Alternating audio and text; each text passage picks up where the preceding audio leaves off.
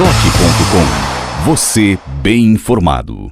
Olá, muito boa noite. Está no ar o programa Doc.com, informação com responsabilidade. Hoje recebemos em nosso programa a vereadora professora Ana Maria de Oliven, do PT. Ela fala sobre um projeto que deve ser protocolado na semana que vem na Câmara, que prevê um estudo de impacto de vizinhança para grandes construções e empreendimentos em Ponta Grossa. Outro assunto que falamos com a vereadora é sobre os projetos do governo federal no município. Já nos destaques da semana, conversamos com o vereador Valfredo Lacuzazio, do PRP. Ele comenta conosco como está o projeto da Rota da Saúde, idealizado por ele com uma ligação entre os bairros de Olharias e Uvaranas. Ainda nos destaques da semana, vamos falar sobre a nomeação do novo superintendente da Caixa Econômica Federal, também sobre a prorrogação do Profis e sobre a ampliação da lei da ficha limpa para os cargos do governo do estado. Não perca também os destaques da agenda cultural da cidade. Tudo isso em 2 minutos. A gente volta já. Doc.com, você bem informado. Estamos apresentando Doc.com.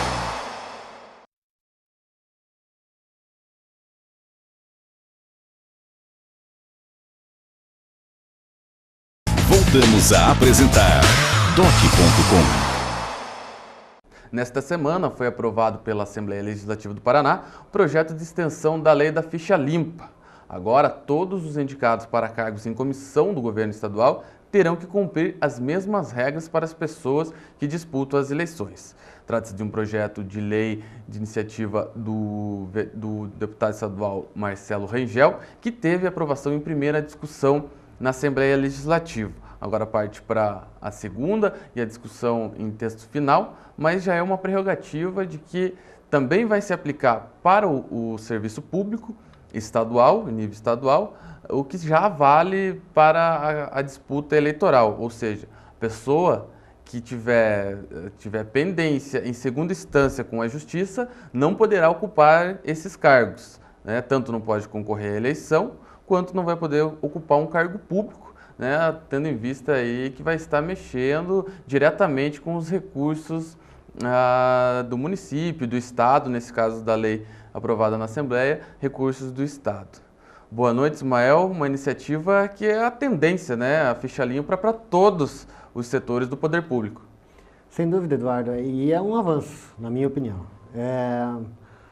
Quando a lei da ficha limpa, ela surgiu do anseio da comunidade, né? Ela surgiu através de um projeto popular. E quase que foi enfiado goela abaixo no Congresso, né? E desde então, estão acontecendo várias iniciativas, daí sim, por parte de deputados, vereadores. Aqui em Ponta Grossa tem também alguma coisa semelhante, né? Sim, do vereador Júlio Killer. Exato. E, enfim, a tendência é justamente essa, de que se exija do homem público a mesma coisa que se exige do cidadão. Ninguém, quando você precisa de um crédito, né, para comprar qualquer bem com um pouco mais de fôlego, uma casa, ou um veículo, ou seja lá um bem maior, né, você é avaliado minuciosamente pelas instituições de crédito, né? O banco não vai financiar um bem se você não tem a capacidade de pagamento. E você vai ter que provar por A mais B de que você tem condições. De outro modo, para você conseguir um emprego, né, para você conseguir um trabalho e tal, muitas pessoas pedem até hoje, né, enfim, é uma tendência que quem sabe não seja tão, é uma coisa que não seja tão boa, no sentido de que acaba discriminando algumas pessoas que têm condições, mas não estão sofrendo com um passado um pouco tumultuado, mas enfim, você tem que apresentar bons antecedentes. E nada mais natural de que os homens públicos, as pessoas que vão lidar com o nosso dinheiro, tenham que apresentar os seus bons antecedentes, né?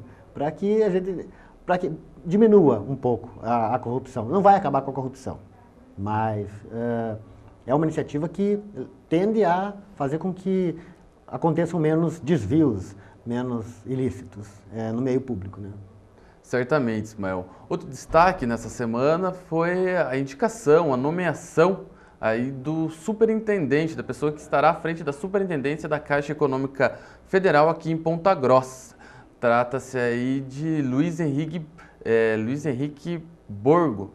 que ele estará à frente da superintendência e foi nomeado aí pela direção nacional da Caixa Econômica e pretende aí instalar já as atividades da superintendência a partir da próxima semana.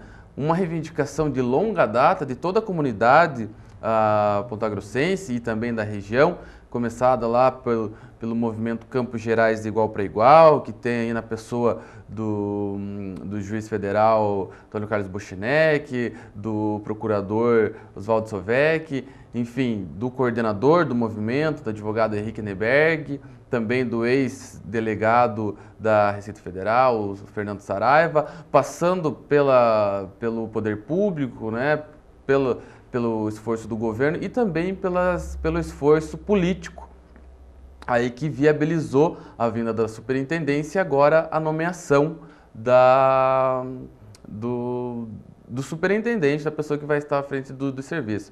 A senadora Gleisi Hoffmann, então candidata ao Senado, hoje ministra-chefe da Casa Civil, Gleisi Hoffmann, se comprometeu lá atrás e trabalhou para que essa superintendência fosse retomada, diga-se de passagem, porque a superintendência existiu em Ponta Grossa, foi extinta em 1998 no governo de Fernando Henrique Cardoso. Agora volta para suprir uma demanda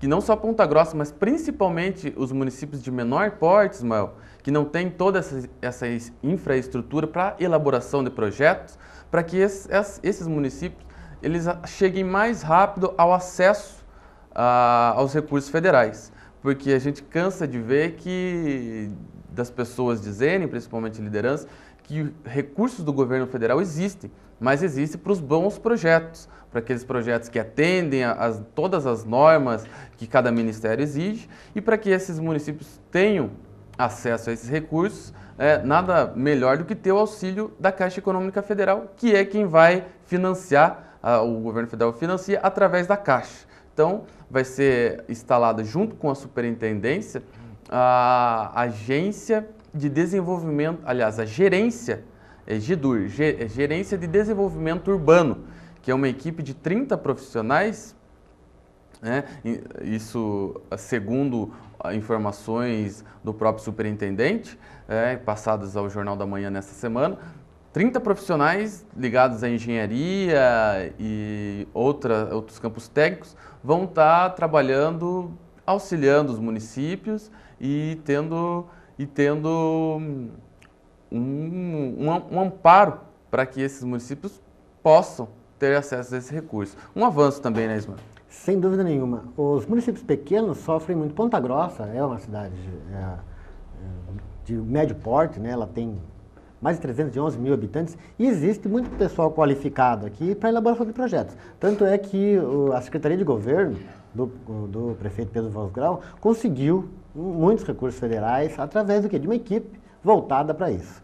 Agora, com essa ajuda, vamos dizer assim, da Caixa Econômica para os pequenos municípios, onde há um pouco de carência de pessoas qualificadas para a elaboração desses projetos, vem suprir essa carência e, sem dúvida nenhuma, com o desenvolvimento equânime, né, conjunto de uma região, as coisas começam a funcionar muito melhor, né? O desenvolvimento se espalha, todo mundo acaba vivendo melhor, com mais qualidade de vida, tendo recursos e acesso a bens públicos e de consumo de uma maneira mais interessante, mais equitativa. Certamente que hoje os municípios da região, e Ponta Grossa mesmo, quando vão atrás de projetos, têm que se dirigir a Curitiba, né, a superintendência instalada na capital. A partir do momento que se instala aqui em Ponta Grossa e vai funcionar no mesmo prédio da principal agência da Caixa aqui em Ponta Grossa, no terceiro andar ali, vai ter um horário diferenciado, enfim, mas vai atender na região central, vai centralizar o atendimento aos municípios aqui. O acesso, né, a toda essa documentação, o trâmite de projeto vai melhorar, né, tanto as lideranças das entidades destacaram esse avanço nessa semana, a questão dos deputados também ligados aqui a Ponta Grossa, Enfim, esperamos aí que possa render bons frutos à nossa cidade essa conquista. Um último destaque desse bloco foi a prorrogação do Profis nessa semana pela Câmara Municipal. O Profis encerraria no último dia 31 de outubro, na última segunda-feira, mas o movimento foi intenso na Prefeitura Municipal, as pessoas correndo para aderir ao programa, que concede uma série de descontos em multas e juros de quem está pendente aí financeiramente com o município. Devido a essa procura, houve uma mobilização dos vereadores, foi-se aí aprovada uma prorrogação até o próximo dia 18 de novembro.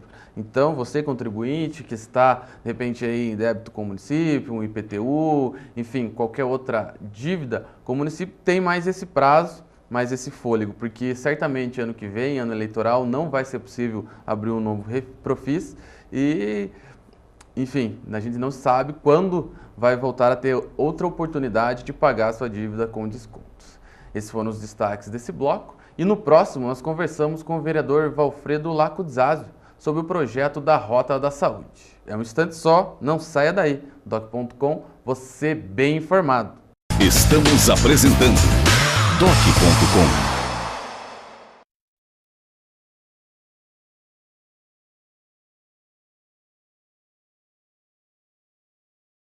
Voltamos a apresentar Doc.com. Estamos de volta com os nossos destaques dessa semana. Nesse bloco, conversamos com o vereador Valfredo Lacudizazio sobre a Rota da Saúde, que liga o bairro de Olarias ao bairro de Uvaranas. Boa noite, vereador. Boa noite, prazer estar com você, com o Ismael também, com quem nos assiste, né?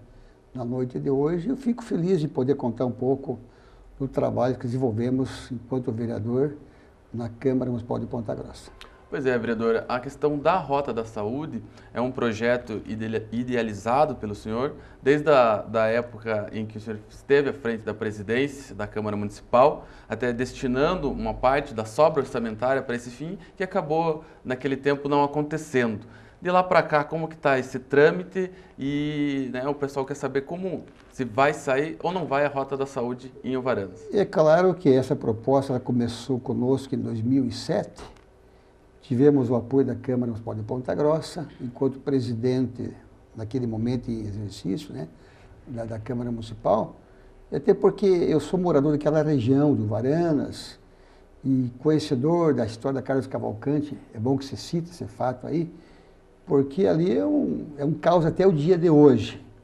E preocupado com essa causa aí, sabedor também que ali passa diariamente, acho que um pouco mais de 15 mil veículos por dia. Alguém que conta tem que passa 18 mil carros diariamente ali, somando os períodos de manhã, tarde e noite.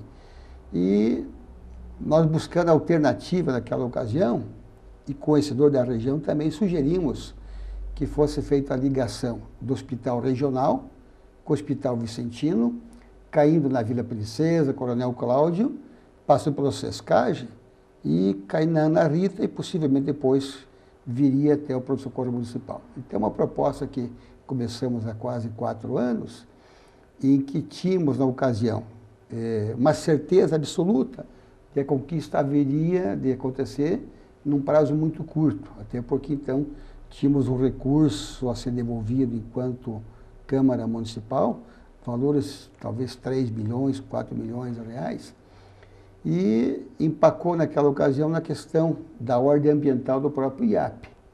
Eu estive no IAP em Curitiba, 2007, 2008, e havia um compromisso da pessoa que presidia o IAP, de liberar dar o aval para aquele corte de mato aí 2, 3 semanas, o que de fato não aconteceu, lamentavelmente.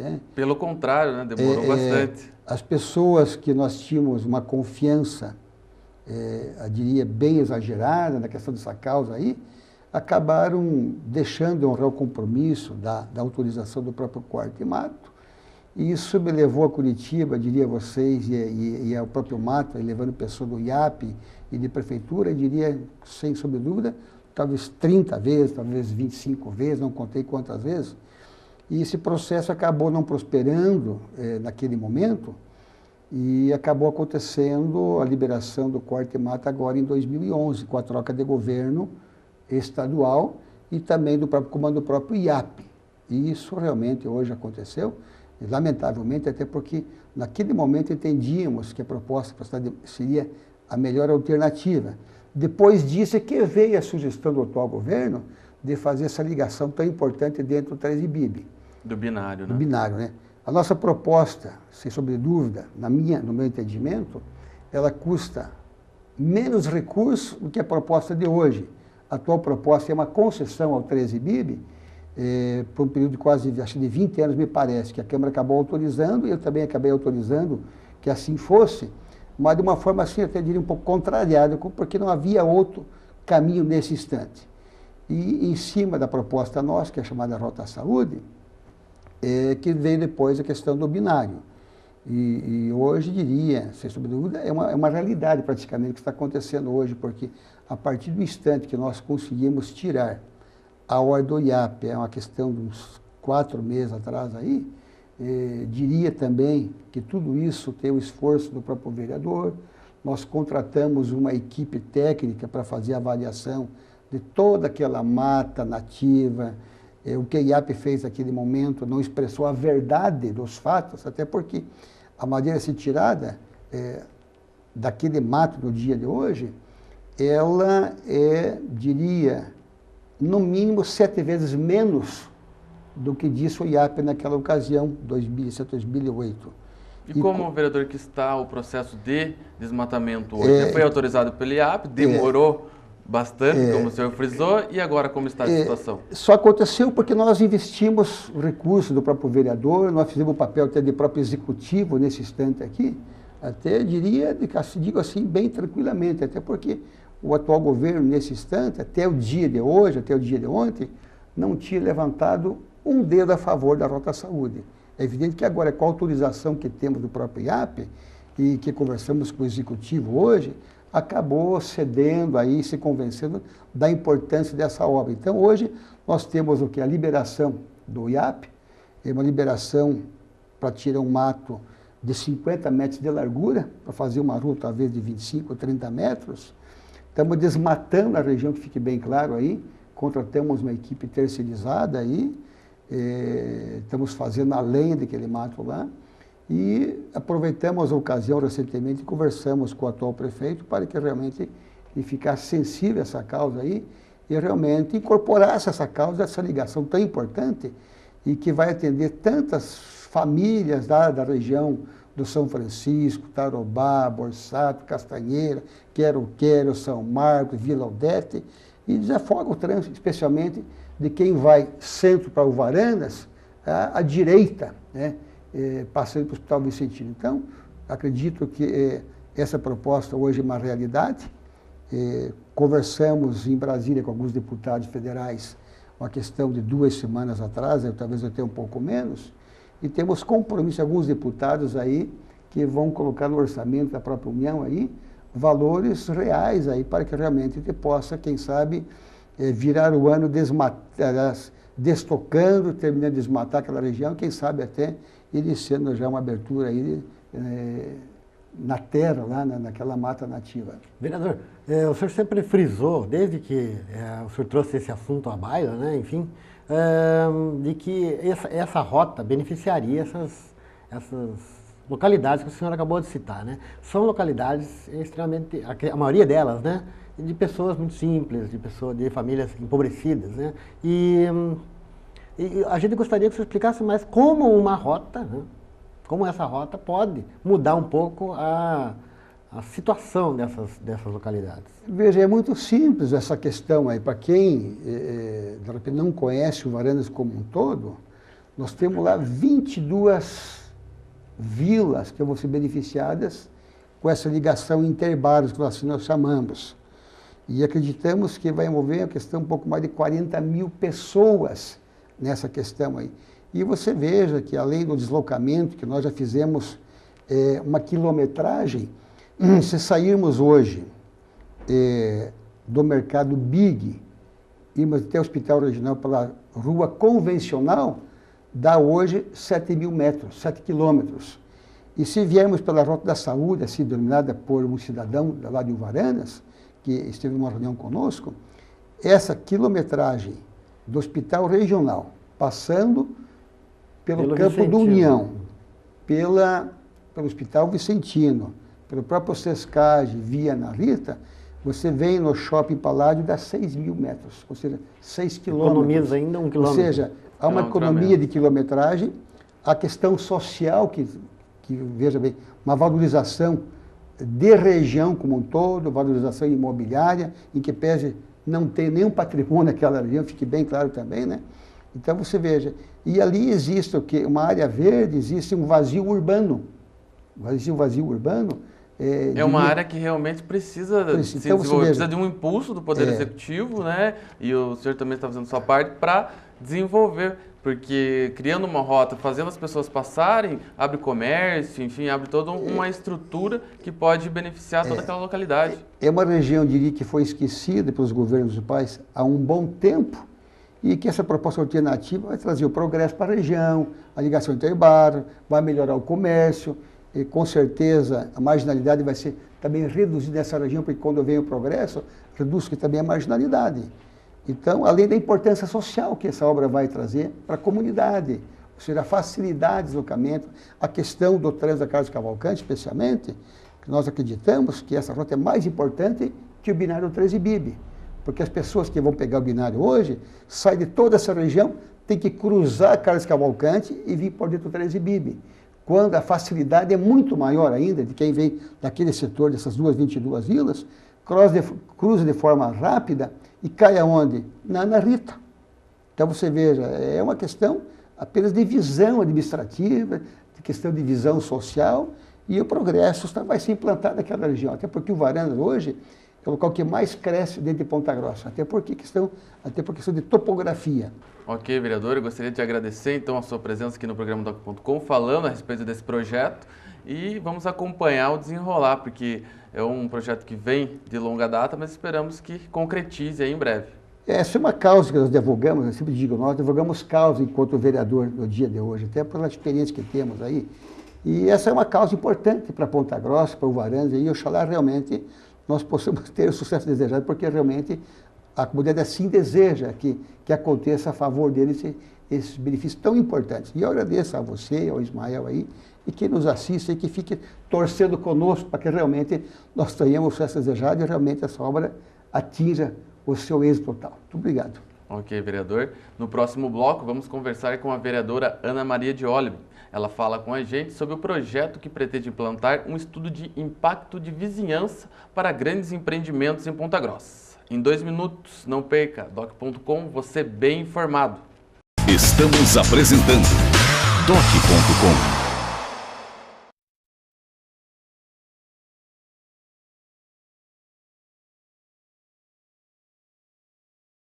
Voltamos a apresentar Doc.com. Voltamos com o programa Doc.com e neste bloco está com a gente a vereadora Ana Maria de Olive. Boa noite, vereadora. Boa noite, Eduardo. Boa noite, Ismael. Bom, a senhora está aqui para falar um pouco mais a respeito desse projeto de impacto de vizinhança, denominado pela senhora, que vai ser apresentado na Câmara Municipal aí na próxima semana. No que consiste esse projeto, vereadora? Esse projeto, Eduardo, eu apresentei em 2005 e ele não foi aprovado pela Câmara. Mas agora, eu acredito assim que com toda essa discussão que existe aí sobre mobilidade urbana, sobre planejamento urbano, esse projeto, eu acredito que agora ele passe, até por conta que ele está mais completo. Um projeto que agora sim, eu acredito que ele esteja bem completo e que a Câmara vai aprovar no seu conjunto.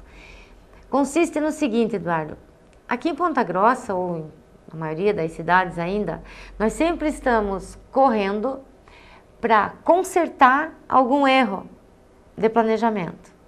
Só que daí quando você conserta aquilo, já tem um outro problema causado ali na frente. Nós precisamos, com urgência, e todos os planos diretores que eu conheço, que já foram aprovados em grandes cidades, exigem um estudo de impacto de vizinhança. No que consiste? vai acontecer uma grande construção, um grande mercado, um colégio, enfim. Há necessidade de se fazer uma análise para ver qual vai ser o impacto naquele entorno. Sim. Porque não resolve fazermos um grande mercado num local onde o trânsito já está caótico, sem antes a gente preparar o espaço para receber o empreendimento. É isso que nós temos que começar a fazer. Preparar o entorno para que esse projeto, essa construção, não venha atrapalhar a vizinhança. Nós temos que saber qual é o impacto físico, qual é o impacto ambiental, qual é o impacto no trânsito. Então, nós temos, assim, basicamente, 3 secretarias que estão envolvidas em esse projeto sendo aprovado, se tornando lei. A Secretaria de Planejamento, é claro, a Autarquia Municipal de Trânsito e a Secretaria de Meio Ambiente, que é junto hoje com a Secretaria da Agricultura. São as 3 secretarias que vão ser responsáveis por essa análise prévia de todos os empreendimentos futuros em Ponta Grossa. Vou dar um exemplo bem claro. O Atacadão, aquele mercado que foi construído no início ali do Santa Paula, assim que termina o viaduto. O viaduto vai ser duplicado porque já era uma necessidade sem esse empreendimento. Então agora nós temos esse empreendimento, temos mais em torno de 400 apartamentos que vão ser construídos do lado esquerdo, na entrada. Temos a unidade de pronto atendimento e o mercado da família. Você veja o quanto isso vai trazer de impacto, principalmente no trânsito. E não foi feita nenhuma análise para que, antes do empreendimento ser fixado, ter já alternativas para não sufocar mais ainda, para não apertar mais ainda os gargalos que nós temos. Ou seja, para ver um estudo antecipado do que possa ocorrer, porque o que a gente percebe hoje é que as ações são tomadas para remediar. Diante do problema é que a prefeitura tome alguma atitude para solucionar, mas é melhor prever, no caso, do que prever e evitar que esses transtornos aconteçam. Mais ou menos isso que o projeto prevê. Né? Exatamente, é exatamente isso, Eduardo. Nós temos que prever, vai sair a construção. Qual é o impacto ambiental? Qual é o impacto físico? Qual é o impacto da mobilidade urbana? Vai ser necessário abrir uma nova rua? Por exemplo, esse empreendimento que eu estou falando. Claro, a gente pensa, é muito bom, gera emprego, mas de repente até para eles vai ser ruim, porque eu já ouvi muita gente falando que não vai voltar, porque na primeira semana, asfixiante o trânsito naquele local. Nós, moradores do Santa Paula, temos agora o desvio, né? Sim. Que é a rua que liga Sabará a Santa Paula. Ainda bem, porque nós ali, muitos de nós entrávamos na Rua Londrina para ir embora, e daí cortávamos, e para sair também nós saíamos pelo Sabará. Quando tem festa grande, no centro de eventos, e aqueles dias da inauguração também, a primeira semana. E muita gente já está dizendo que não volta por conta do trânsito, que foi muito difícil a chegada. Não existe uma orientação para quem sai do mercado. É obrigatório ali, eu acredito, que o próprio empreendedor colocar uma placa para que a pessoa suba e vá no trevo. Faz a rotatória? Na rotatória, desculpa, não é no trevo, na rotatória para retornar para o centro. Porque ali está muito perigoso. Já aconteceram alguns acidentes com 15, 20 dias, que eles saem direto do mercado, não conhecem o espaço para cima, sem orientação nenhuma. Tem obrigatoriamente, agora já estamos resolvendo um problema, né? Quando nós poderíamos já ter previsto isso. Ter previsto essa saída. Nesse estudo de impacto. Outro exemplo real é o shopping popular que se pretende construir em cima do terminal. Né? Porque o trânsito ali, imagina, são mais de 200, cerca de 300 boxes, né? Onde vai parar o carro dessas pessoas que trabalham, o carro dessas pessoas que vão adquirir produtos ali, também é uma coisa a se pensar. Exatamente. Qual vai ser o impacto ali nessa região? E nessa região ainda tem mais uma outra grande empresa que está construindo lá, né? Em frente ao supermercado Big. E- A loja da Havan lá e tem o Shopping Paládio, E qual tem o foi a Shopping análise? Popular Paraguaizinho. Qual foi a análise realizada para que a gente soubesse como colocar os empreendimentos sem afetar o entorno? Vereadora,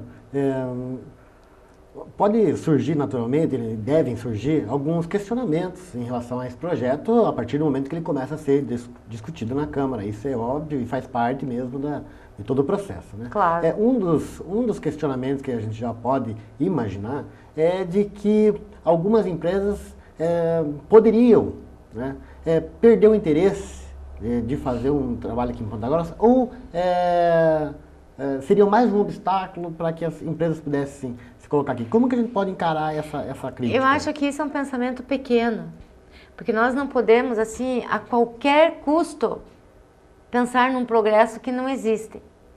O progresso real é quando as pessoas têm qualidade de vida. Então, muitas vezes nós nos enganamos achando que o progresso é o grande fluxo, é um grande empreendimento, uma porção de carros nas ruas. Não é isso. O progresso é o povo tendo qualidade de vida.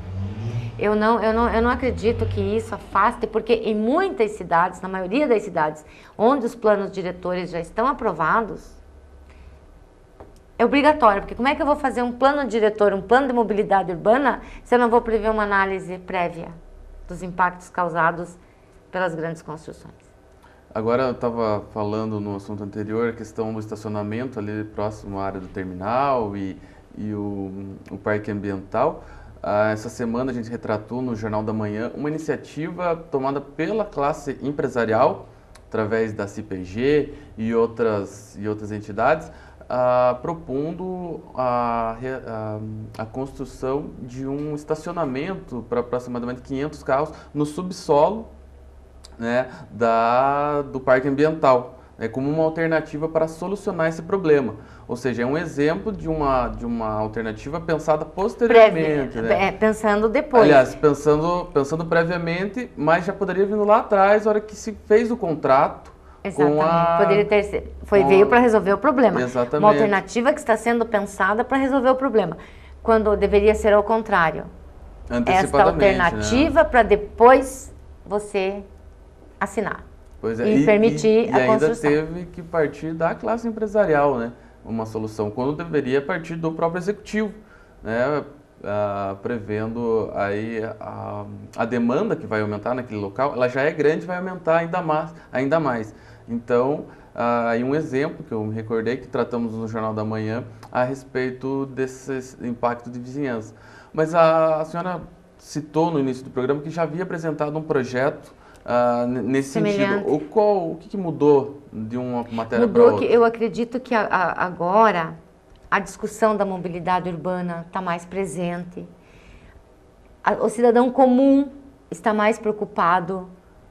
A classe política está mais preocupada com esse assunto, muito mais do que há 4 anos.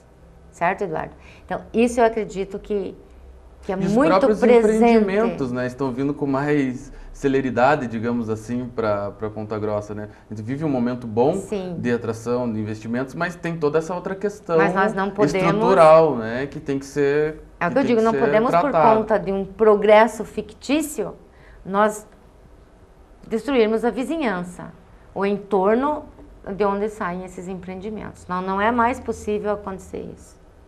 E a senhora também já trabalha há algum tempo com relação a essa questão da mobilidade. Tem um ponto que a gente pode pensar em alternativas, inclusive, de rotas alternativas de transporte público para esses locais. Com certeza. Entraria também nesse estudo de impacto. Estudo de impacto, e é fundamental, Eduardo, Ismael, que o transporte coletivo público ele seja mais eficiente, tenha mais conforto, para que mais pessoas usem o transporte coletivo. Muita gente deixa de usar pelo desconforto, pelos horários, a demora. Então, o dia que nós tivermos um transporte eficiente coletivo, vai diminuir bastante essa questão da mobilidade. E quando nós falamos em mobilidade urbana também, nós cometemos um erro crasso. Nós só falamos de carros. Nós temos que pensar no ciclista, na mãe com o carrinho do bebê, nas pessoas que andam a pé, os pedestres, que são o primeiro lugar no trânsito. A gente sempre... Quem tem mais direito ao trânsito é o pedestre. E a gente não, isso acaba não lembra acontecendo, disso. né? Ninguém lembra disso. O primeiro lugar é quem está andando a pé. Então nós temos que pensar em todas essas situações. Uma via para ciclismo, uma ciclovia, Eduardo, seria fundamental essa construção. Em várias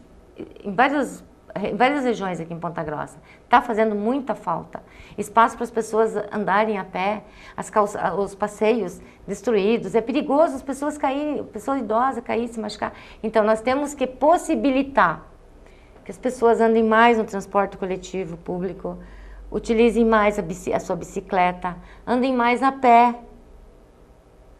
Mas a gente precisa, para isso, ter um mínimo de conforto e de segurança. Ok, vereadora, a gente vai para um rápido intervalo e já voltamos conversando com a vereadora Ana Maria sobre mais projetos e programas desenvolvidos por ela aqui na cidade. Em 2 minutos, não perca, doc.com, jornalismo de alto nível. Estamos apresentando doc.com.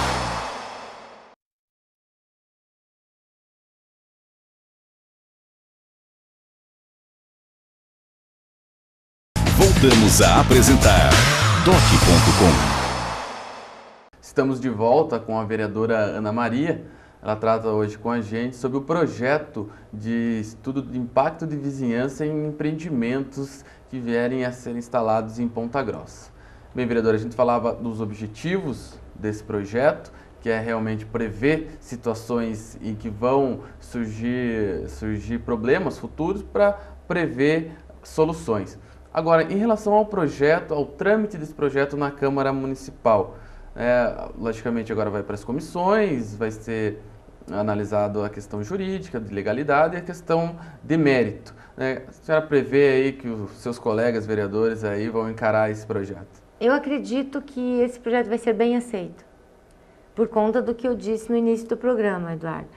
É um assunto do momento, as pessoas estão preocupadas. A opinião pública, eu tenho certeza, vai ser favorável. Porque não pode ter ninguém contrário em você pensar o futuro da tua cidade. É como você fazer uma reforma na tua casa e não prever uma nova entrada, construir mais um quarto sem porta. Onde é que vai? Você sempre que você vai fazer uma reforma na sua casa, qualquer cidadão, quem está nos assistindo agora vai pensar nisso. O que a gente pensa primeiro? Num projeto que não atrapalhe os cômodos que já existem. Eu não vou jogar um quarto em qualquer canto com uma porta para a cozinha ou para atrapalhar o entorno. Então, assim como nós pensamos na nossa casa, a cidade é a nossa segunda casa e tem que ser pensada assim, na reforma, porque é uma reforma. Tudo que se acrescenta agora é um acréscimo na cidade, né? Como nós estamos complementando, estamos implementando, reformando, e tudo isso tem que ser pensado para que não seja afetado os cômodos que já existem. Vereadora, e a senhora também teve um tempo para amadurecer o projeto, né? Teve. E no primeiro momento, ele, se não me engano, ele teve algum problema com a questão da legalidade, constitucionalidade, né? Isso. Enfim, agora esse novo projeto deve superar esses pequenos detalhes, é isso? Superamos, Ismael, o que havia de ilegal no primeiro projeto, agora não consta. E o projeto está melhor elaborado, muito melhor, é claro, do que aquele que foi apresentado em 2005, não tenha dúvida. Vereadora, também... Até podemos passar uma cópia depois para vocês, para que vocês acompanhem o projeto todo no trâmite da Câmara. Ah, certamente. Ele deve ser protocolado nessa semana, né? Amanhã ainda. Na sexta-feira, hoje, e deve entrar, né, nas comissões na semana que vem. Sim, né? com certeza. Eu acredito que mais um mês, mais ou menos, acho que antes do recesso da Câmara, acho que a gente já pode votar esse projeto. Agora, vereadora, mudando um pouco de assunto, né? A gente falou aqui desse projeto que a senhora protocolou e deve ser discutido aí na Câmara, mas também tem alguns outros projetos que já estão em andamento, não necessariamente são projetos de lei, né? São projetos que a senhora desenvolve aqui na questão social. Um deles é o projeto Esporte e Lazer na Cidade. Esse ano foram várias localidades são atendidas, né, pelo que a gente conhece do projeto. Queria que a senhora falasse um pouco mais sobre os destaques desse projeto nesse ano. Esse projeto Esporte e Lazer da Cidade é um projeto do Ministério do Esporte, projeto do Governo Federal. que ele partiu de uma ramificação ali do Ministério, que é a Secretaria Nacional de Desenvolvimento, Esporte e Lazer, e ele veio, assim, ao encontro da necessidade do esporte e do lazer, da cultura, para comunidades que não têm condições. Comunidades, assim, que não têm condições de pagar uma aula de ginástica, pagar um professor de futebol, frequentar um clube social, enfim, participar, pagar uma aula de música. Então, esse projeto veio ao encontro dessas necessidades. Aqui em Ponta Grossa, ele acontece desde 2009. Em 2009, nós fizemos o primeiro projeto. Ele acontecia no Parque Autoestrada e no Jardim Ouro Verde. Nós conseguimos, foi um edital público, que a Liga Municipal entrou e foi contemplado. Nós conseguimos, para um ano, veio uma verba de R$140 mil. Com essa verba, naquela época, foram pagos 19 agentes sociais, foram compradas 2 televisões, 2 home theater, 2 camas elásticas, piscina de bolinha, material esportivo, bolas, camisetas, enfim. Às vezes eu penso assim, com pouco dinheiro, porque é um ano, com o pagamento de todo esse pessoal, como é que se faz uma coisa desse porte? Além do que? 12 eventos realizados com ônibus para transportar as crianças, lanches e ainda o curso de formação para os agentes sociais. Que esse projeto, assim, ele privilegia os líderes comunitários, porque quando você vai trabalhar numa comunidade distante, não resolve nós chegarmos lá, Ismael, com um professor, um acadêmico. A comunidade se ressente. Ela tem que ter o líder para fazer aquela mobilização comunitária, para chamar o pessoal, para que a mãe confie em deixar as crianças, para que o marido confie que a mulher frequente a aula de ginástica. Então, tem que ser ali o líder comunitário nessa organização. E aí sim, nós colocamos os professores, mas daí seria ao contrário, o professor vai para a parte técnica, mas os líderes comunitários que organizam toda essa parte de mobilização. Quando quando foi feita a avaliação em 2009, em dezembro de 2009, a secretária nacional de esporte veio, a Rejane, eu acredito que você entrevistou a Rejane. Sim, entrevistamos no Jornal da Manhã. Colocou no Jornal da Manhã, eu lembro muito bem da reportagem. E ela avaliou o projeto tão bem, o desenvolvimento do projeto e tudo que ela pôde ver, conferir, que ela falou o seguinte: eu vou fazer um aditivo de 4 meses, para que não pare esse período até abrir um novo edital. E justo e feito. Ela foi para Brasília, fez o aditivo, já veio, foi assinado e foi trabalhado mais 4 meses. Aí entramos novamente no edital público, foi aprovado, e aí dobrou a verba, R$200 mil, para atingir o maior número de localidades. E, Eduardo, é impressionante. O Ismael conhece, já foi em alguns espaços,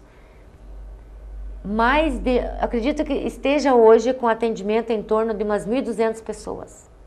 Com aula de ginástica para as mulheres, artesanato com todo o material pago pelo projeto, aula de violão, o grupo Orquestra de Viola, que foi um desdobramento do projeto, porque nas rodas de viola, nos festivais que estão contemplados, os violeiros reunimos ali num desses momentos, pensamos, por que não montar uma orquestra de viola e violão? E foi montada e ela está aí, fez um sucesso, um desdobramento do PELC.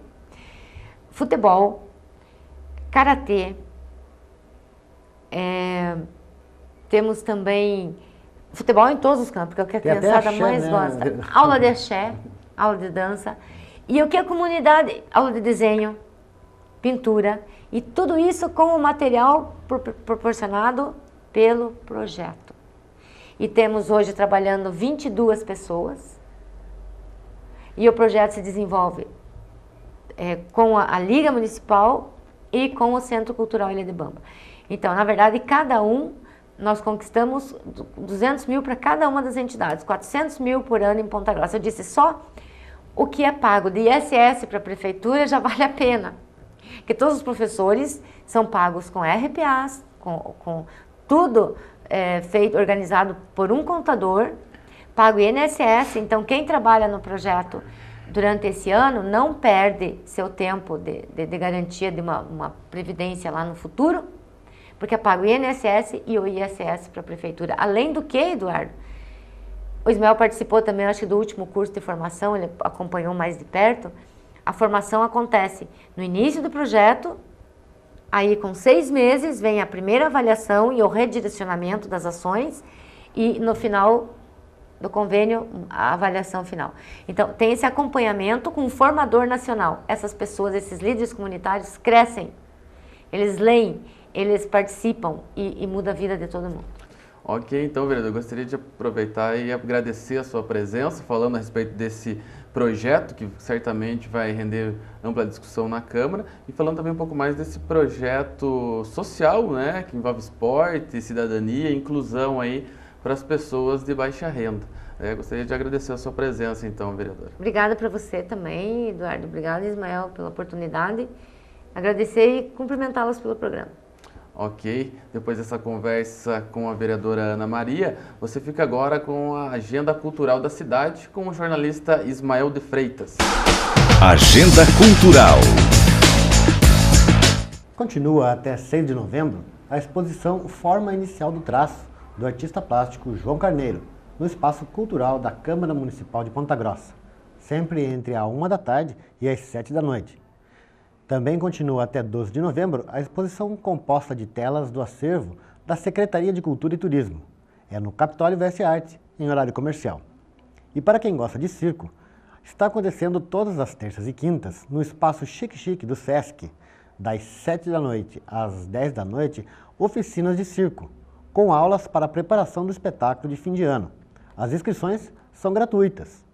E hoje está acontecendo o show de stand-up no República Acústico, com o Lucas Santos. O espetáculo vai até a 00:30. Um bom final de semana para você.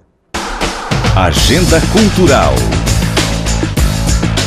Essas foram as atrações da Agenda Cultural da cidade para esse final de semana. E com isso, encerramos o programa Doc.com de hoje. Para quem quiser rever o nosso programa, o Doc.com está disponível no site do Jornal da Manhã, no jmnews.com.br e também no site do Plantão da Cidade, no plantãodacidade.com.br. Confira também o nosso canal no YouTube, no youtube.com/programa Doc.com. Lá você confere todas as edições do programa Doc.com. E para você que quer participar enviando suas críticas e sugestões, basta escrever para o e-mail programadoccom@gmail.com. É isso aí, um bom final de semana para você e até sexta que vem, quando temos um encontro marcado com a informação. Doc.com, jornalismo de alto nível.